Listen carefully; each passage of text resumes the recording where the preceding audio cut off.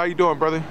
Peace, everything's good. All right. Could you tell us, my brother, how important is history and keeping our stories alive, especially in the neighborhoods that many of us have lived in for years, man? It's important because everybody has to stay in touch with the roots. Obviously, we all know that. But it's also important that we stay in these places and we keep ourselves fit to be able to maintain these estates here ourselves, you know, and we can't let people come in and take the property and the essence of the neighborhood.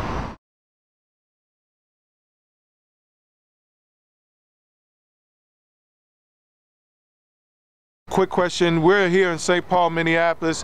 Have you heard of the brother S. Edward Hall before? Yes, I have.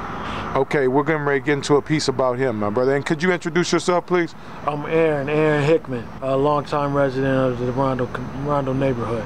Okay, peace, brother. Yeah.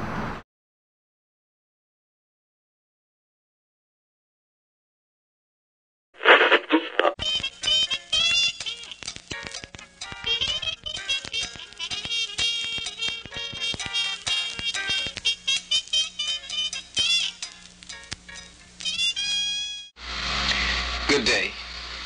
I'm Mahmoud El-Qadi, along with a collection of people from the Afro-American Cultural Arts Center in Minneapolis. And we're here in the home of Mr. S. Ed Hall at 996 Eaglehart Avenue. Mr. Hall is one of our more celebrated citizens in this community. He's into his 96th year, and we consider him a walking repository of a good part of our heritage. We think this is going to be a very exciting and engaging sort of thing for those of you who are fortunate enough to hear from Mr. Hall. When you first arrived, it was around, what, 1900 in St. Paul? February of 1900. February of 1900. This man says, come on up St. Paul today. My brother's got a barber shop up there, and you can go up there. There was no examination for a barber in those days. You see, as I was telling him, the big barber shops all over the city, Indianapolis, Cleveland, Detroit, Chicago, were all black because the Negroes had learned that as they came up as houseboys and all like that. They had learned barbering. When I came to St. Paul, the only barber's license was 50 cents to say that you got your license. See, there's no Urban League yet, and there's no NAACP. Roy Wilkins, I got him his first job out here caddying. Out here, he used to be in the Sunday school class. And we, as a race, quite interested then in the Niagara movement and the NAACP. And Du Bois was with him. Du Bois was then quite a young fellow. Younger than either of those men. Du Bois had been here. A great deal of this work McGee had fostered here in the old Capitol, a red brick building. We used to meet on Sundays, a red brick building right where the Arts Center is now.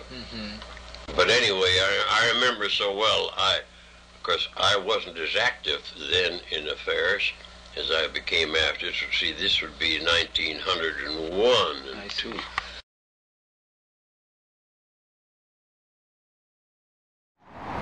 Okay, brother, we're actually standing in front of the last, one of the last pictures in the neighborhood. Very symbolic of history and the story of black people, and our property and our land. Do you, with the changing dynamics of the neighborhood, do you expect that this will be removed fairly soon? It depends. It depends on whether they're trying to, whether they're trying to have a conscience about it, or to have the conscience plays on the owner's mind about the neighborhood and with the history of the neighborhood. Then yes, it could stay. As long as gentrification is on their mind and the owner of this building is in sync with that, then I think it will go down. I think there could be a symbolic meaning behind it if it stays in the future. Otherwise, I think it intimidates some people, so they may take it down.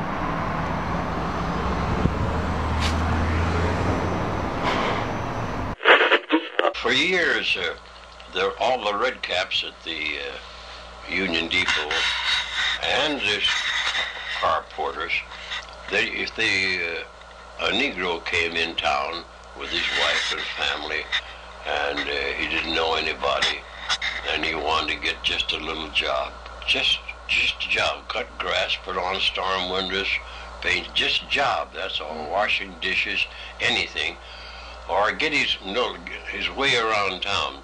Why, he'd send him up to my barbershop. If you want a job, go to Hall's barbershop. If you want a job, anything that you need, go to Hall's barbershop. We called ourselves the helpers.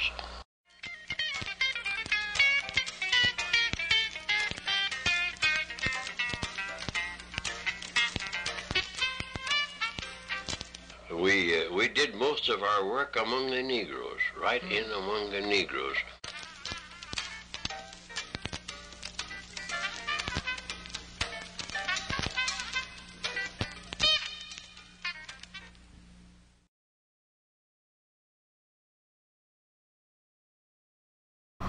In terms of history, how important is it for us to tell our stories, brother?